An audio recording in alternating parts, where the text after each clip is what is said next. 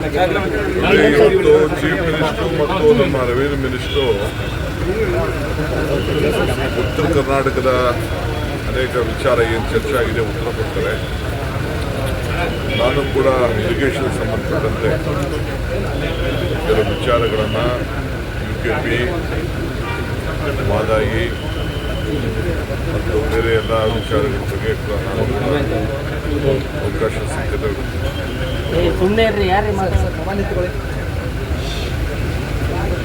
ಭಾಳ ಸಮಾಧಾನಕರವಾಗಿ ಬಂದಿದೆ. ರೈತರಿಗೆಲ್ಲ ಅನುಕೂಲ ಆಗಿದೆ. ಕಬ್ಬಿನ ಬೆಲೆ, ಮೆಕ್ಕೆಜೋಳದ ಬೆಲೆ ಇವೆಲ್ಲ ಕೇಸ್ಗಳನ್ನೆಲ್ಲ ಬಗೆಹರಿಸಿದ್ದೇವೆ. ಸರ್ಕಾರಕ್ಕೆ ಹೊಣೆ ಆಗ್ತಾ ಇದೆ, ಕಬ್ಬಿನ ಫ್ಯಾಕ್ಟ್ರಿವರೆಗೂ ಹೊಣೆ ಆಗ್ತಾ ಇದೆ. ಆದರೂ ರೈತ ಹಿತದೃಷ್ಟಿಯಿಂದ ಕಾಪಾಡಿದ್ದೀವಿ. ಇದನ್ನೆಲ್ಲ ರೈತರು ಗಮನದಲ್ಲಿ ಇಟ್ಕೊಳ್ಬೇಕು. ಈ ಥರ ಸರ್ಕಾರ ಯಾವ ರೀತಿ ಜನಪರವಾಗಿ ಇವತ್ತು ಇಟ್ಕೊಂಡಿದೆ ಅನ್ನೋದು ಎಲ್ಲ ರೈತರು ಇದನ್ನು ಗಮನದಲ್ಲಿ ಇಟ್ಕೊಳ್ಬೇಕು ಅಂತ ಪ್ರಾರ್ಥನೆ ಮಾಡ್ತೀವಿ. ಸರ್, ರಾಜ್ಯದ ಖಜಾನೆ ಖಾಲಿ ಮಾಡಿಬಿಟ್ಟು ಹೈಕಮಾಂಡ್ನ ತೃಪ್ತಿಪಡಿಸಿದ್ದಾರೆ ಅಂತ BY ವಿಜೇಂದ್ರ ಅವರು ಕರೆಕ್ಷನ್ ಕೊಡ್ತಾ ಅಂತ ಹೇಳಿದ್ದಾರೆ. ನೋಡಪ್ಪ, ಇನ್ನು ವಿಜೇಂದ್ರಂಗೆ ಅನುಭವ ಇಲ್ಲ. ಖಜಾನೆ ಯಾವ ಖಜಾನೆ ಖಾಲಿಯಾಗಿದೆ?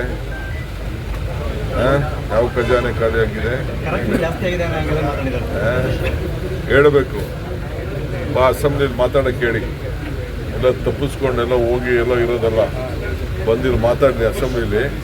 ಅದು ಯಾವ ಖಜಾನೆ, ಯಾವ ಕಲೆಕ್ಷನ್ನು, ಅವ್ರ ಕಲೆಕ್ಷನ್ನು, ಅವ್ರ ಅಕೌಂಟ್ಗಳು, ಅವ್ರ ಟ್ರಾನ್ಸ್ಫರ್ಗಳೆಲ್ಲ ಬಿಚ್ಚಬೇಕಾ? ಬಂದು ಅಸೆಂಬ್ಲಿಲಿ ಮಾತಾಡೋಕ್ಕೆ ಹೇಳಿ. ಮಾತಾಡ್ತೀವಿ. ನನಗೂ ಗೊತ್ತಿದೆ ಏನೇನು ಮಾತಾಡಬೇಕು ಅಂತ. ಮಾತಾಡ್ಬೇಕಾದ್ರೆ ಭಾಳ ಇತಿಮಿತಿಯಿಂದ ಪಕ್ಷದ ಅಧ್ಯಕ್ಷರು ಮಾಡ್ಕೊಳ್ಳಿ. ಏನು ಖಜಾನೆ, ಯಾರ ಕಲೆಕ್ಷನ್ನು? ಕಲೆಕ್ಷನ್ ಏನಾದ್ರು ಇವತ್ತು ಕಿಂಗ್ ಅಂತಂದರೆ ವಿಜೇಂದ್ರ. ಅವ್ರ ಅಪ್ಪನ ಹೆಸರು ಇವತ್ತೇನಾದ್ರು ಇಳಿಸ್ಬೇಕಾದ್ರೆ ವಿಜೇಂದ್ರ. ಅದನ್ನು ಮರಿಬಾರ್ದು.